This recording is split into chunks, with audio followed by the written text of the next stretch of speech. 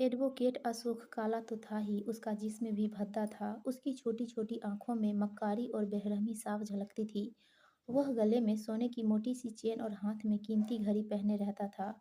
शहर के पॉश इलाके में उसका शानदार बंगला था। एक आदमी की ज़िंदगी में जो कुछ चाहिए वह सब उसके पास था। ये सब उसने मक्कारी और साजिशों से कमाया था। उसके साथी वकील उसे जोड़-तोड़ और चालाकी का बादशाह कहते थे। कैसा भी पेचीदा केस हो, कितना ही घिनौना मुजरिम हो, उसके पास आकर महफूज हो जाता था। वह अपनी चालों और तिकड़म की भारी भरकम फीस वसूलता था। अशोक के पास बेपनाह दौलत थी। साजिश और तिकड़म से आई दौलत के साथ कई तरह की बुराइयां भी आ जाती है। शराब और शबाब, ये शौक ने उसके अंदर के इंसान को बिल्कुल ख़त्म कर दिया था। उसकी ज़िंदगी में सिर्फ एक अच्छाई यह थी कि वह अपनी बेटी मेघा से बहुत प्यार करता था। एक दिन अशोक अपने ऑफिस में बैठा था, तभी उसके इंटरकॉम की घंटी बजी। दूसरी ओर उसका मुंशी था। उसने क्लाइंट की खबर दी तो उसने पहला सवाल यही पूछा, आसामी पैसे वाली है ना? जी साहब, तगड़ी पार्टी है, मुंशी ने जल्दी से कहा। अशोक ने क्लाइंट को केबिन में भेजने को कहा। उसकी केबिन में जो आदमी दाखिल हुआ वह महंगा सूट पहने था। उसकी उंगलियों में हीरे की अंगूठियां चमक रही थी। कुर्सी पर बैठते हुए उसने कहा, मेरा नाम प्रकाश सिंह है। मैं प्रकाश इंडस्ट्रीज का मालिक हूँ। प्रकाश इंडस्ट्रीज एक बड़ी कंपनी थी जिससे कई कारोबार जुड़े थे। साफ था वह काफ़ी दौलतमंद पार्टी थी। फरमाइए सर, मैं आपकी क्या सेवा कर सकता हूँ? अशोक ने कहा, भाई मेरे बेटे साहिल का मामला है। उस बेवकूफ़ ने एक नादानी कर डाली है। प्रकाश सिंह ने कहा, सर जरा खुलकर बताइए मामला क्या है? भाई मेरा बेटा है साहिल, उसने गीता नाम की एक लड़की के साथ गलत काम कर दिया है और अब जेल में बंद है। हालांकि उस लड़की को उठाने में उसके कुछ दोस्त भी शामिल थे, लेकिन पकड़ा वही अकेला गया है। ओह, मामला तो संगीन है प्रकाश साहब। आप चाहते हैं कि मैं आपके बेटे की पैरवी करके उसे जेल से छुड़ा दूँ? जाहिर है मैं आपके पास इसलिए आया हूँ क्योंकि मैंने आपका बहुत नाम सुना है, प्रकाश सिंह ने कहा। अशोक की आंखों की चमक बढ़ गई। उसने गंभीर होकर कहा, प्रकाश साहब, केस बहुत बिगड़ चुका है। उसके खिलाफ रिपोर्ट दर्ज हो चुकी है और डीएनए रिपोर्ट से सारी सच्चाई पता चल जाएगी। हाँ, मैं सब समझता हूँ, पर एक बार उसे छुड़वा दीजिए, उसके बाद मैं उसका कुछ इंतजाम कर दूंगा। आप पैसे की कतई फिक्र ना करें, प्रकाश ने कहा। ठीक है, मैं जी जान लगा दूंगा, पर मेरी फीस 70 लाख होगी। उसमें से आधा पहले आधे केस जीतने के बाद। अगर आपको मंजूर हो तो मैं काम शुरू करूँ? हाँ मंजूर है, प्रकाश ने कहा। आप मुझे उन दोस्तों के नाम व पते लिख दीजिए जो उस दिन उसके साथ थे। हाँ, एक बात यह भी बता दीजिए कि अगर उसे बचाने के लिए उसके किसी दोस्त की कुर्बानी देनी पड़ी तो आपको कोई एतराज़ तो नहीं होगा? नहीं, मुझे कोई ऐतराज़ नहीं होगा, बस किसी तरह मेरा बेटा बच जाए। गीता अपने माँ-बाप की इकलौती बेटी थी। माँ-बाप की आर्थिक स्थिति कमज़ोर थी।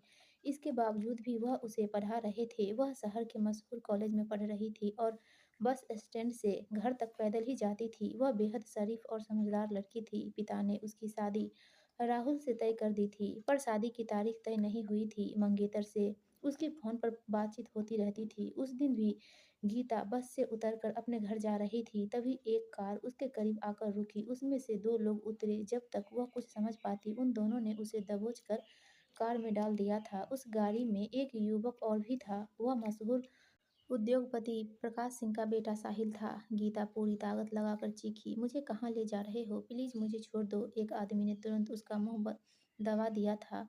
सामने बैठे नौजवान गीता को घूरकर कहा था, चुपचाप बैठी रह, बड़ी मुश्किल से हाथ आई है, ऐसे कैसे छोड़ दूँ? इसके बाद उसने अपने दोस्तों से कहा, तुम लोगों ने आज मेरे मन का काम किया है, इसलिए तुम्हें इसका अच्छा इनाम मिलेगा। उन लोगों के बीच गीता डरी सहमी बैठी थी। उसे ना रास्ते समझ में आ रहे थे, ना बचने की कोई तरकीब। वह चिल्ला भी नहीं सकती थी। कुछ देर में गाड़ी एक नई बन रही कॉलोनी में रुकी। उस कॉलोनी में अभी लोगों ने रहना शुरू नहीं किया था। जिन लोगों ने गीता को गाड़ी में डाला था, वही दोनों उसे एक नए मकान में ले गए। कार में बैठा साहिल भी पीछे-पीछे आ गया था। उसे एक कमरे में छोड़कर वे दोनों चले गए तो साहिल ने कमरे का दरवाज़ा बंद कर लिया। वह रो-रो कर बख्श देने के लिए गिड़गिड़ाती रही, पर उसे उस पर तनिक भी दया नहीं आई। इसके बाद वह रोती रही। जब वे तीनों उसे गाड़ी में डालकर वापस ला रहे थे, तो रास्ते में रोड पर एक जगह पुलिस का नाका लगा दिखा। कार चला रहा युवक बोला, उस्ताद, पुलिस गाड़ी रोकने को कह रही, पर यह लड़की? एक साथी ने पूछा। मैंने इसे संभाला हुआ है, तू फिक्र मत कर, साहिल ने कहा। उस समय गीता के मन में गुस्सा और नफरत की आग जल रही थी। जैसे ही गाड़ी रुकी, वह पूरी ताकत से चिल्लाई, बचाओ बचाओ। लड़की की आवाज़ सुनकर पुलिस वालों ने गाड़ी को घेर लिया। सभी को गाड़ी से उतारा गया। गीता ने रो रो कर अपने साथ घटी घटना पुलिस को बता दी। पुलिस ने उन युवकों को हिरासत में ले लिया और खबर गीता के पिता को दे दी। गीता के मंगेतर राहुल को पता चला तो वह भी थाने पहुंच गया। गीता उसके कंधे पर सिर रखकर खूब रोई। एडवोकेट अशोक किसी भी तरह साहिल को बचाने में लग गया। इसके लिए उसने पैसा और पहुंच दोनों का इस्तेमाल किया।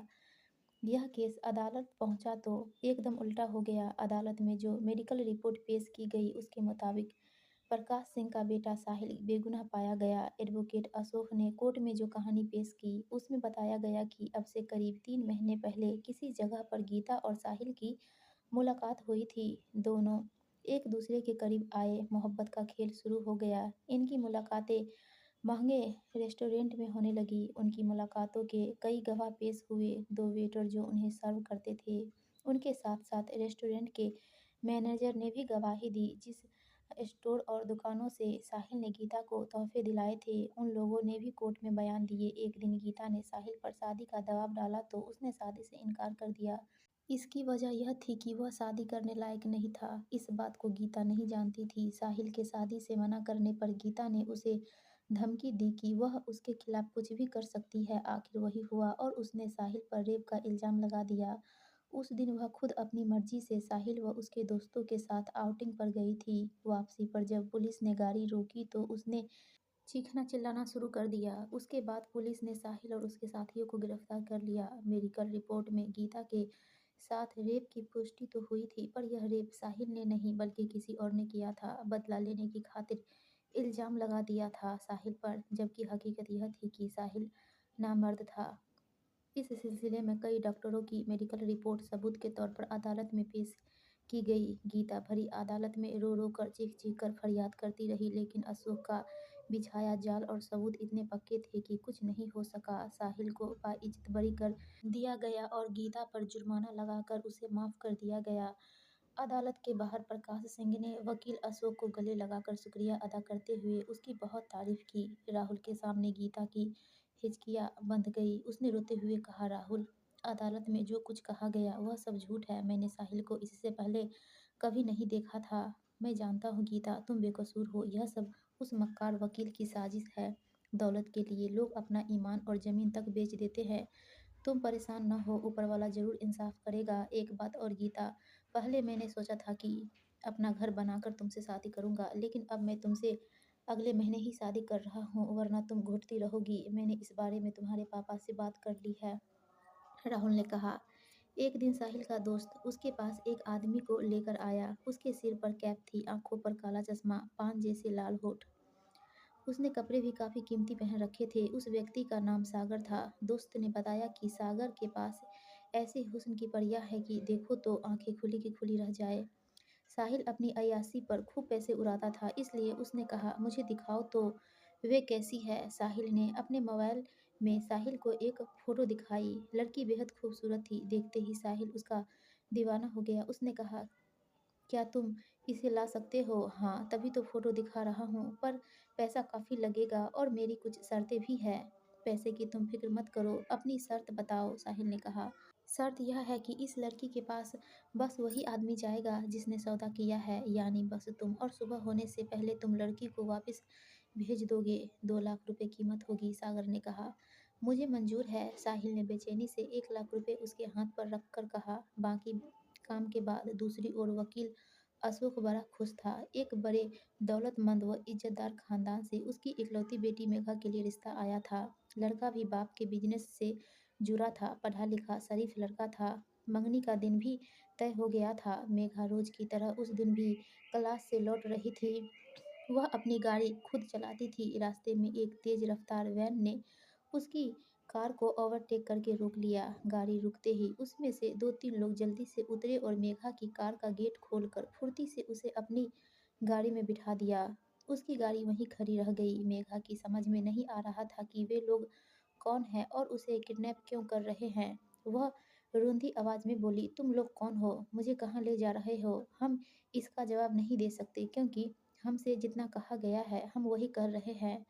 उनमें से एक ने जवाब दिया, इस काम के जितने पैसे तुम्हें मिले हैं उसका 10 गुना मैं तुम्हें अपने पापा से दिलवा दूंगी। तुम मुझे छोड़ दो, मैं कसम खाती हूँ तुम्हारा कुछ नहीं बिगड़ेगा। वह आदमी हंसकर बोला, तुम्हारे बाप से तो कुछ और वसूल करना है। अब खामोश बैठी रहो, हम तुम पर सख्ती नहीं कर रहे तो इसका मतलब यह नहीं कि तुम बक करती रहो। चुप नहीं हुई तो मुंह में कपड़ा ठूस देंगे। मेघा सहम कर चुप हो गई। उसे अंदाजा नहीं था कि उसे कहाँ ले जाया जा रहा है। कुछ देर बाद वह गाड़ी एक सुनसान मकान के सामने जाकर रुकी। मेघा को गाड़ी से जबरन उतारकर एक कमरे में बंद कर दिया गया। उस कमरे में साहिल पहुंच गया, जिसके हुक्म पर उसे किडनैप किया गया था। उसे यह पता नहीं था कि यह लड़की उसी नामी गिरामी वकील अशोक की बेटी है, जिसने उसे रेप के आरोप से बरी कराया था। मेघा के लिए वह रात कयामत की थी। अगले दिन मेघा को वहीं छोड़ दिया गया जहां से उसे उठाया था।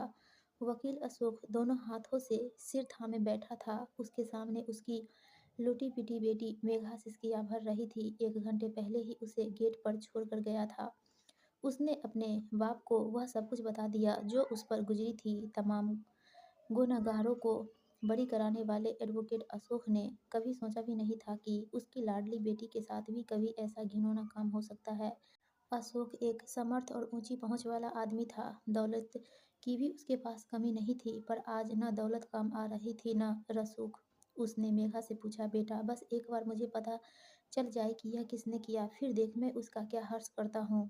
अशोक के बदन में आग लगी थी। वह अपने दिमाग पर जोर देने लगा कि कौन हो सकता है वे लोग। यही सोचते सोचते उसके फ़ोन की घंटी बजी। अशोक ने भराई आवाज़ में कहा, हेलो, अशोक साहब से बात करनी है। बोल रहा हूँ, उसने कहा। अशोक साहब, मैं आपको उस आदमी का पता बता सकता हूँ जिसने आपकी बेटी की इज्जत लूटी है। आप चाहे तो अपनी बेटी से उसकी पहचान भी करवा सकते हैं। हाँ हाँ, बताओ कौन है वह? जल्द बताओ। पर तुम कौन हो? यह सब रहने दीजिए, यह जानकर क्या करेंगे? पर जिसने आपकी बेटी को बर्बाद किया है उस बदमाश का नाम साहिल है, प्रकाश इंडस्ट्रीज के मालिक का बेटा। क्या वो वही साहिल? हाँ, वही साहिल जिसे आपने रेप के केस से बरी कराया था। पर अफसोस की बात यह है कि अशोक साहब, कानूनी तौर पर आप उसका कुछ नहीं बिगाड़ सकते, क्योंकि अदालत में आप पक्के सबूतों के साथ यह साबित कर चुके हैं कि वह नामर्द है। अब आप किस मुंह से अदालत के सामने कहेंगे कि उसने आपकी बेटी के साथ रेप किया है? कौन यकीन करेगा आपका? अशोक के हाथ से रिसीवर छूट गया। मेघा सिसक रही थी। वह एक बेगुनाह और मासूम लड़की थी। उस दिन अशोक को महसूस हुआ कि बेटी के साथ इस तरह की वारदात हो जाने के बाद उसके माँ बाप पर क्या गुजरती है। दोस्तों, आपको यह कहानी अच्छी लगी हो तो प्लीज़ हमारे वीडियो को लाइक कीजिएगा और चैनल को सब्सक्राइब